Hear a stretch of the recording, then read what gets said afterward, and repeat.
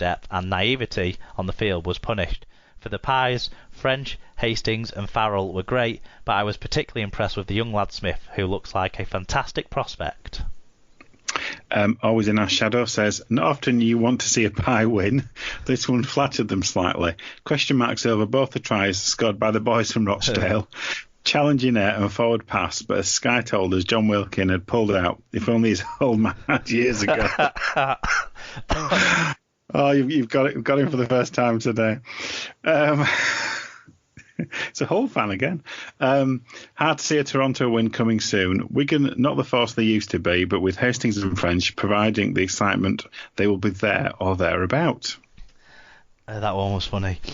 White Pie said, no SBW or Wilkin, but Toronto looked okay early on. A peach of a try for French saw Wigan start to take control, but bizarre decisions from the man in the middle kept it close. Bullock and Clark looked strong with ball in hand, but both struggled in defence. As usual, we struggled to stop the offloads, and it almost cost us several times. On to Hull next week, and hopefully the Hastings-French-Faz triangle will keep developing. Also, love the spirit in the side, which was shown by the high five between Hastings and French as they sprinted after Burgess when he went 50 metres to score. Last one on this, Martin Simpson says, a combination of a hectic work schedule and a streaming service where replays expire in 24 hours meant I've fallen asleep 60 minutes into every game. The Wolfpack have had a great start to the season.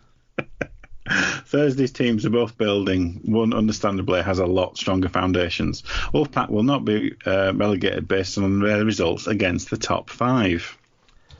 Do you think that's a fair point that Martin makes there? Wigan obviously expected to be a top five side, and arguably Castleford as well, who they lost to in the first round, expected to be a top five side. Do you think we shouldn't be reading too much into these early results then? No, because Cass are going to piss the league apparently, so it'll be fine. I always say you shouldn't judge any kind of team until they've probably played at least 10 games, strength of schedule and all that kind of thing. It's always difficult to say.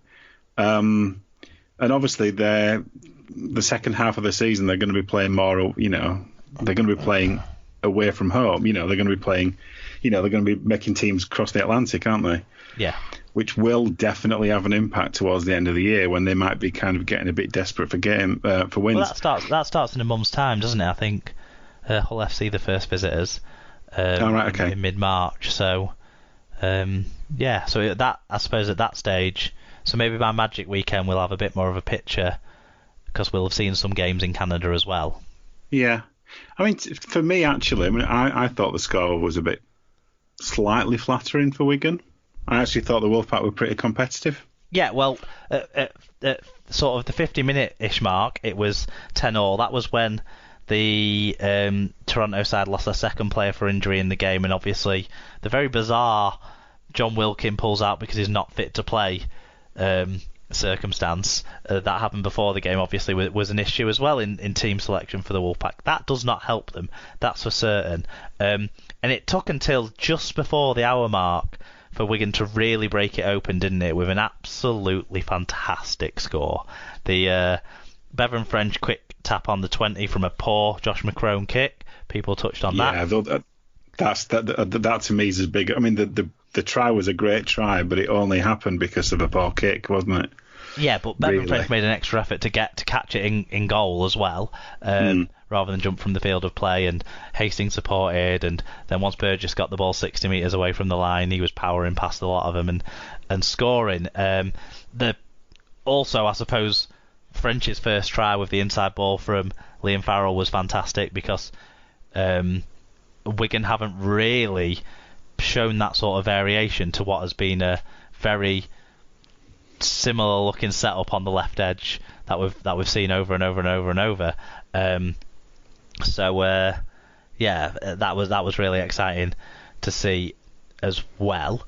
Toronto, yeah, they were in the game, weren't they? They were in the game. You have to give them some credit for the fight, even though they did all these offloads. They led to absolutely nothing for them other than the one that was borderline forward. And if you're calling tight things forward one way, you have to call tight decisions forward the other way. I would always have thought, but it got the game to 10-all, and then and Wigan broke away. Yeah, the scoreline probably did slightly flatter Wigan because of the 2 tries they scored after Hakeem Maludi had rightfully been sin-binned. He prevented a clear try-scoring opportunity there. Whether Sean O'Loughlin would have had the pace to beat whoever was covering from wherever, we'll never find out. But certainly it was a bit of a silly challenge that Maludi made, and it definitely caused a serious injury to Sean O'Loughlin's eye. But yeah, Wigan scored 2 tries, didn't they, after that? That maybe inflated the score a little bit, but certainly Wigan were the deserved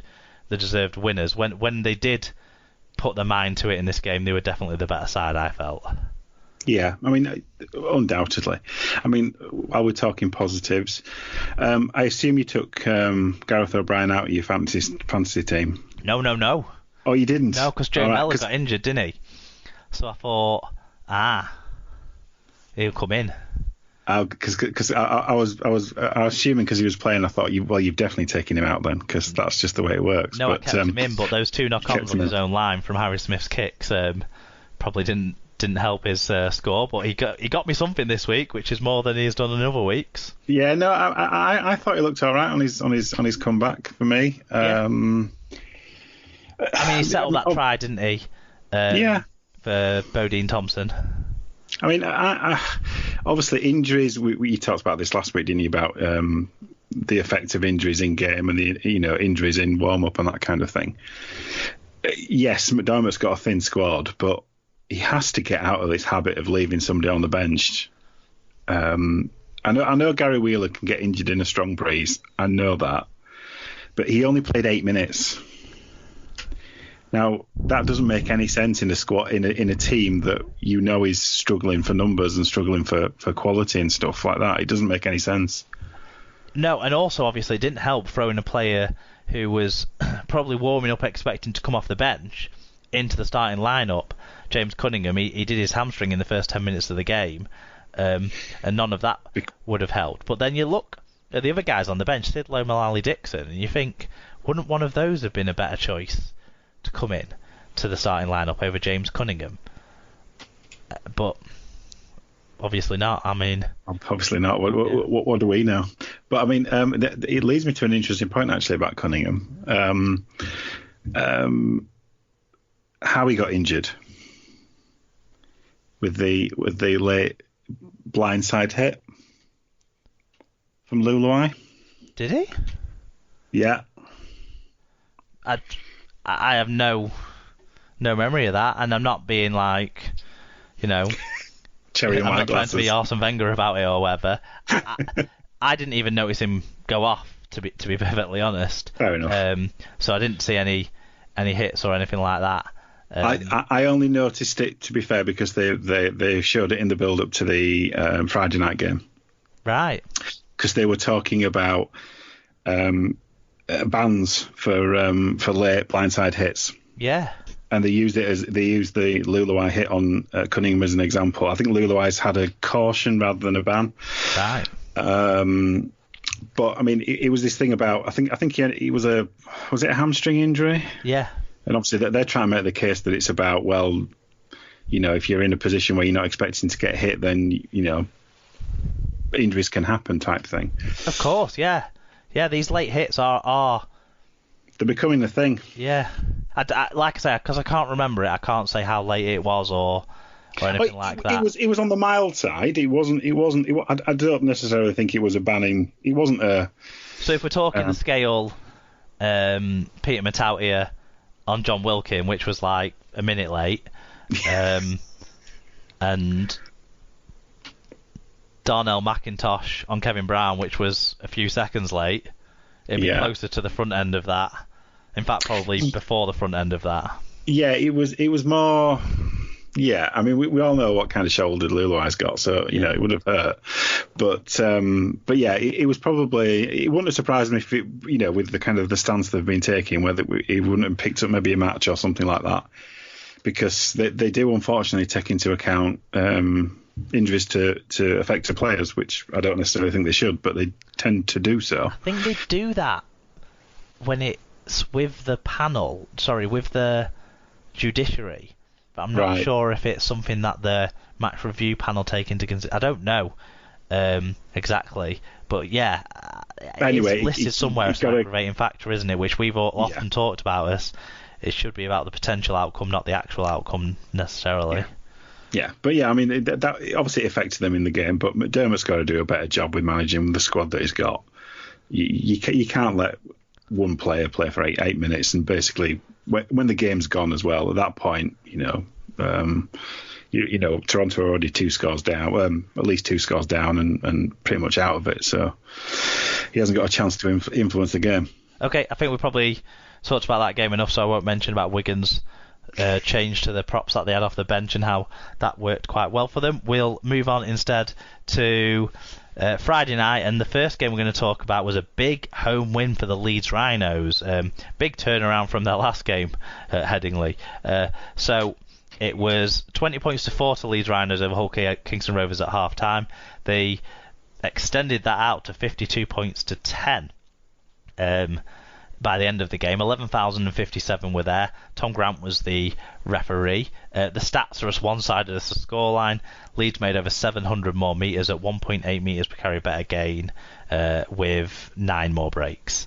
Individually, Harry Newman back in the centres, which is, if people from Leeds are telling me Zach Hardaker's wasted in the centres, Harry Newman was wasted on the wing. 2 tries, 1 try assist, 11 tackle bust, 136 metres, 2 clean breaks back where he belonged.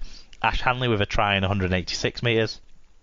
Cam Smith with 2 tries, 41 tackles, 11 of which were marker tackles, and 130 metres. He is seriously putting himself up there as the hardest working player in the Super League so far this season. Luke Briscoe, 2 try assists, 7 tackle balls, 189 metres and 3 clean breaks. For the losing side, a few people still touched the stat notes. Greg Minikin with a try, 6 tackle busts and 128 metres. Matt Parcell with 43 tackles, 5 tackle busts, 108 metres, 3 successful offloads. So, showing what he's can do back at his former side. And George Lawler with 100 metres. Yep, so on this one, Carsten says, did anyone see the KR players? Most gone missing for 80 minutes. Wolfpack fans will celebrate the scoreline. Yeah, probably. Points difference might matter. Tom Andrews said, well, that's not the kind of arse-slapping you want on Valentine's Day, is it? Having spent 2 weeks watching some brilliant expansive rugby, we are now back to watching Hull KR. Big improvement needed. Dr. Bob Phillips says, hats off to the young Rhinos whose promise is beginning to show off, and I'm becoming persuaded that maybe Harrell is as good as Ablett. Always in our shadow said, we all want a Valentine night shag. KR was well and truly shafted. Leeds put 50 past them again. At least the journey home is shorter than the last one from Wembley. They had their cup final last week and lost that too. Shots never fail to be fired. Always fired. Cav says, blimey, that was some performance. Rhinos rolling back the years and playing better than I've seen them in a long time.